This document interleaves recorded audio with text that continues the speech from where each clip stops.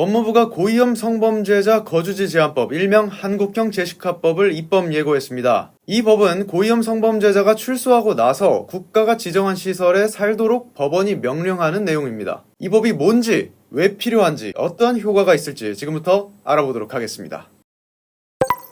우선 제시카법에 대해서 좀 알아보겠습니다. 제시카법은 지난 2005년 미국 플로리다주에서 제정된 법인데요. 당시 9살 소녀 제시카가 성범죄 경력이 있는 이웃집 남성에게 납치되고 성폭행당하고 살해되는 끔찍한 사건이 있었습니다. 이후 제시카의 아버지는 이웃이 성범죄자인 것을 알았더라면 딸이 미리 피해서 살해당하지 않았을 것이라면서 관련 법 제정을 촉구했습니다. 이에 플로리다주 의회는 성범죄 전과자가 학교나 공원 반경 2000피트, 환산하면 610m 정도 되는데요. 이 이내에서 거주하지 못하도록 하는 제시카법을 통과시킨 바가 있습니다.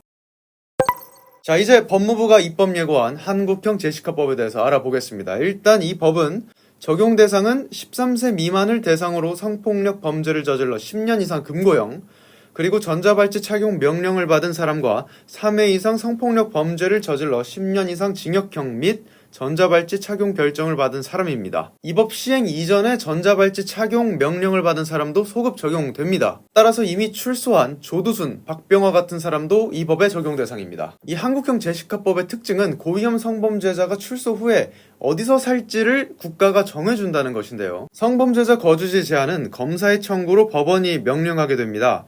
거주지 제한 기간은 전자발찌 착용 기간 범위 안에서 판사가 결정합니다. 참고로 강간의 경우 전자발찌 착용 기간은 3년 이상 20년 이하로 규정되어 있습니다. 이 법의 적용 대상자는요, 국가, 지자체, 공공기관 운영시설 가운데 법무부 장관이 지정한 시설에서 살아야 됩니다. 거주지를 벗어나려면 보호관찰소장의 허가가 있어야 되고요. 이 보호관찰관이 지정된 곳에 살고 있는지 수시로 점검합니다.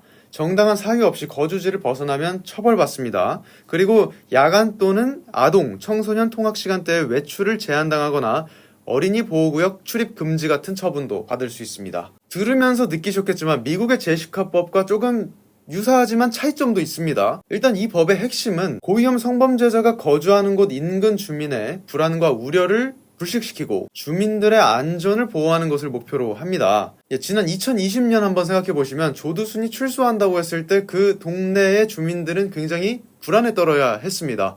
이거 길에서 마주치지 않더라도 같이 사는 것만으로도 좀 찜찜하다, 이런 반응도 있었습니다. 그래서 우리나라도 미국처럼 이 고위험 성범죄자가 출소 후에 일정 거리 내에서 살지 못하게 하는 방안을 검토를 했었는데요. 근데 우리나라는 미국과 달리 국토가 그렇게 넓지도 않고 인구 밀도도 높다 보니까 미국처럼 610m 제한 이렇게 두면은 사실상 살 곳이 없는 거예요. 그러니까 계속 교외로 밀려나게 되는데, 그러면은 교외의 치안 문제는 어떻게 할 것인가? 그러면 이제 치안 문제에 있어서 지역 격차도 발생할 수 있다는 뜻입니다. 그래서 우리나라 현실에 맞게 이 거리를 제한하는 것이 아니라 국가가 지정한 시설에서 살 수 있게끔 입법 방향을 정했습니다. 지금 자세히 다루지 않았지만 추가적으로 고위험 성범죄자에 대한 약물 치료를 강화하는 방안도 이 법에 담겨 있습니다.